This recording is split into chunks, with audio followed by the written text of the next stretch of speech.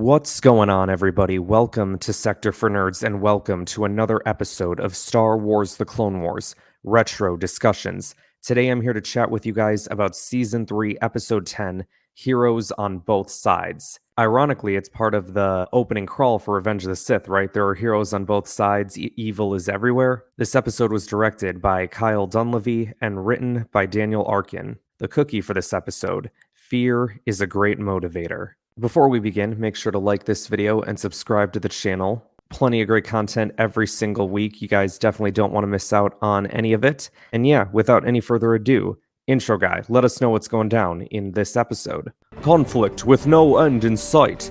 Across the galaxy, the quagmire of war continues. While clone troopers suffer casualties at alarming rates, the Galactic Senate convenes an emergency session to debate the true cost of the war.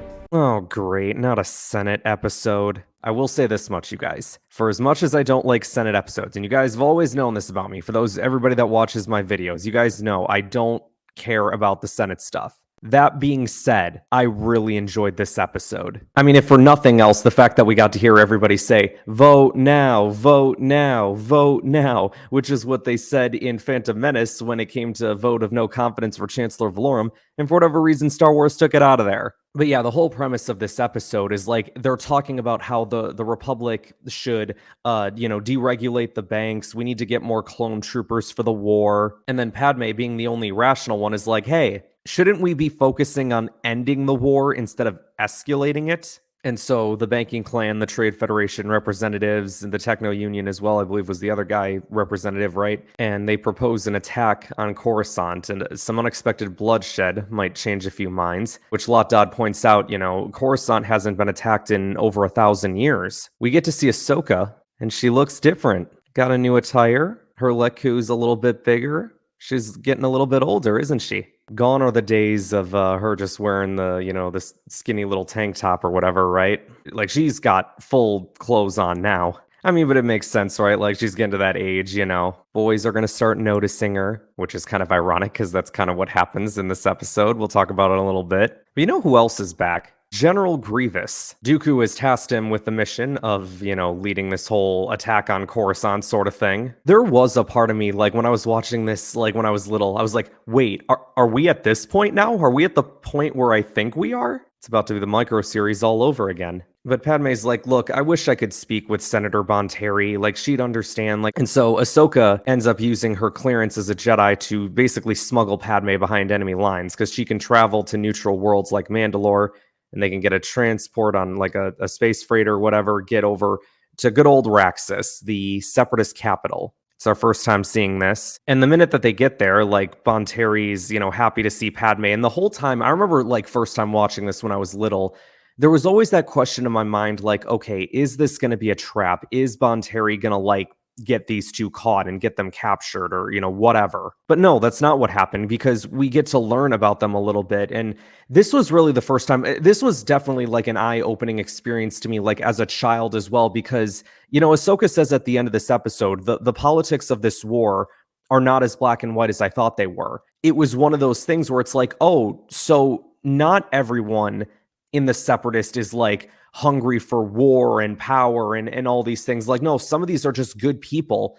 And the proof is in the pudding, because later on in this episode, the Separatist Senate, we find out, is kind of in the same situation that the Republic is with the war. It's like, okay, like, we have an opportunity to like get more troops and stuff, but we're kind of unsure of what to do at this point. We kind of, I don't know, I guess we don't really want the fighting to continue if we don't have to. So when we find out that both parties are in the same spot, it's like, oh, okay, so like, we could end the violence, we could end the bloodshed, the war could be over. And the Separatist Council, the majority, not everyone, but the majority of them put on the vote to stop the war. In accordance with the bylaws of independent systems, a voice vote is required.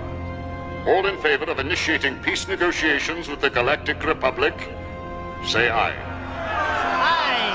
Aye. Aye. And Ahsoka says earlier on in the episode, wait a second, as a Separatist, didn't you guys start this war? And Bonteri just goes, look, some of the things that that you think about us, we think about you guys. Would it surprise you to know that many of the people you call separatists feel the same way about the Republic? Lux's father being one of those people, Lux being Nina Bonteri's child. And this man gave his life in war a year before this event, setting up a base and fought bravely against the clones, but unfortunately was killed. And so Ahsoka then goes to have a chat with Lux, because I think she kind of read this kid wrong, right? Like, oh, it's another boy, and he's on the other side. He's probably an idiot. So he's an idiot.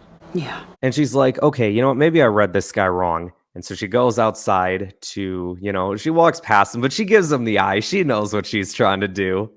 You're a Jedi, aren't you? Yes. Why do you ask? Before the war, I was always told Jedi were good. And now? I don't know anymore. There are a lot of terrible things happening. A lot of killing. And now my friends are saying the Jedi are to blame. I'm the first Jedi you've ever met, aren't I? Well, yes. Look at me. I'm not so bad, am I? And this was the first moment. I mean, we can get to the flirting part of it in a second. But this was the first part of the episode where I noticed that Ahsoka had a second lightsaber on her. I wasn't sure what it was, like, first time watching, but then when they show the shot of panning up on her, I'm like, wait, that's a second saber. What? I'm like, okay, when did she get that? How is what? Okay, we got to see that Ahsoka can wield 2 lightsabers now, apparently. But yeah, of course, Ahsoka trying to flirt with them, and Lux is just like, oh no, not bad at all. Ahsoka just rolls her eyes and is like, ugh, well, it seems boys are the same whether they're Republic or Separatist. Ahsoka clearly thought that he was cute. Lux has a good comeback, though. He's like, look, how many of us have you met? Like, how many Separatists have you met? You think that we're all the bad guys here, right? But how many of us have you actually met? And droids don't count.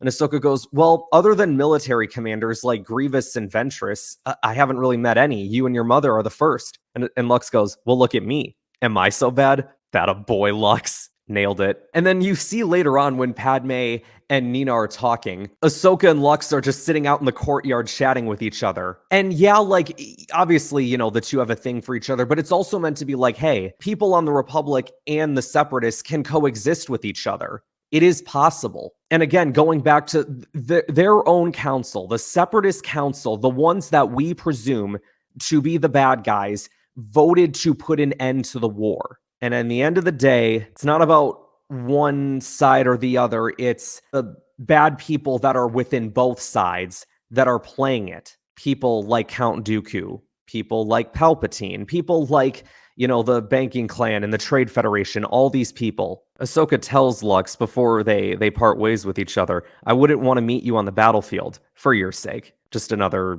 cute moment there. One of the moments that really stands out to me in this episode is when Ahsoka and Padme go to chat with Palpatine. And Padme, she's trying to talk with him like, look, we can put an end to the war. Like, the Separatists, like, we got to have a chance to have peace talks with them. And Palpatine's like, oh, it's nice of you to think that way of them.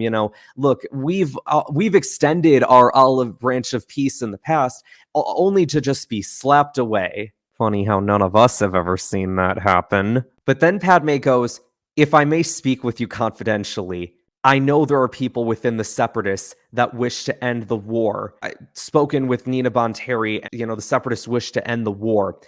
And the look on Palpatine's face told you everything that you needed to know about what was going through his mind. That mixture of both fear and anger. The fear of, oh my gosh, my plans are about to get ruined here. What is happening right now? How is this all happening outside of my control?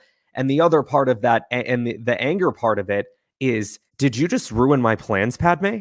Did you just go against everything that I'm trying to do here? And we know one thing about Palpatine, man. When things don't go according to plan, it ain't gonna go good for you. Because I remember thinking, oh, Bonteri is so gonna die. Nina, that is. And heck, I probably thought Lux would too, honestly. Like, we find out in the end of this episode or something that, like, both of them got murdered. But just wait till next week. Palpatine, he don't respond good to that stuff, man. I mean, you'll see later on in the Clone Wars too. Like, every time that someone tries to go against something that Palpatine's got planned, he does not take kindly to it. But then, he puts on the good old Palpatine, friendly chancellor smile, like, oh, well, all right, my child, we will put the vote on the floor. Immediately afterwards, probably has a chat with Dooku, gives him a nice little force choke, like, you better be ending this right now, Lord Tyrannus. You know the price of failure.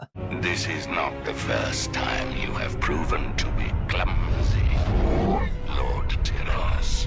You know the price of failure. Anyway, they go to vote, but in the meanwhile, throughout this episode, the other part of this episode, besides just the Senate stuff, is the droids that Grievous sends to Coruscant, and Grievous says, some of you will not return. Actually, none of you will return. And that proves to be true because they end up being bombs used to explode the power generators on Coruscant. And unfortunately, the power generators get bombed, and as Dooku said, with our attack, the chances of peace will disappear. And sure enough, they did. Because then everyone gets so caught up in the moment of like, oh my gosh, we've been attacked. It's attack Coruscant. We need to deregulate the banks. We need to get more clone troopers. And that's exactly what happens. And poor Padme feels so defeated. And it's really unfortunate. I do feel bad for Padme in all this because she's going in a fight that she can't win because of how corrupt the system is. There's no way of winning it. And she can fight and fight and fight and fight and fight till she can't fight no more. And it ain't going to do her any good.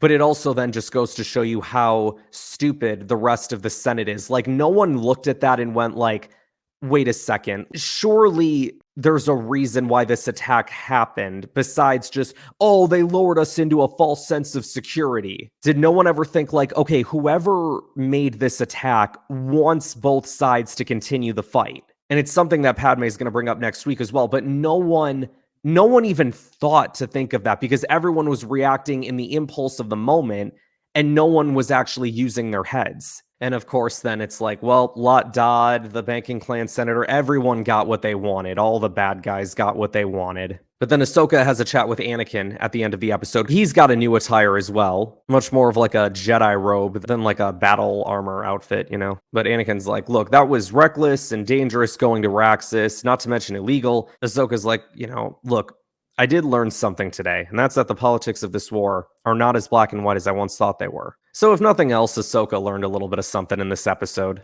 So yeah, look, you guys, I enjoyed this episode because, I mean, yes, there was Senate stuff, and, I don't care about that, but, I think getting to see the Separatist Senate, I thought was pretty interesting because it just had been something that we had never seen before. The fact that Ahsoka played a heavy presence in this episode, that was obviously pretty cool. I enjoy the whole Ahsoka and Lux story arc throughout this show that we get going forward. I also liked when Ahsoka was chatting with Padme earlier in the episode, and, she talks about her and Anakin, like, look, you two, you guys got a lot more in common than you think. It's no wonder you guys get along so well. I wish there would have been a moment in this show, because I know that the Forces of Destiny show did it, but I really wish there was a moment where, Ahsoka basically tells either Padme or Anakin, like, hey, I know there's something going on between you two. And I guess, it could also be implied, in season 5 when Anakin tells her, I understand wanting to walk away from the Order, and she turns around and looks at him and goes, I know. But yeah, all in all, you guys, a really, really good episode. Next week, we're going to talk about part 2 to this little Senate arc here called Pursuit of Peace. So you guys will have that to look forward to. That is going to wrap us up for today, you guys. Make sure to like this video, subscribe to the channel, share this video with others to help support the channel, and I will see you guys next time.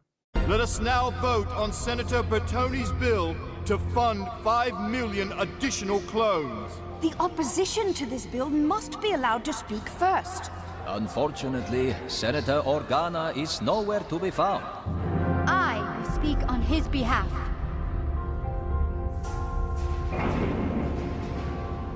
Senator Amidala will be permitted to speak.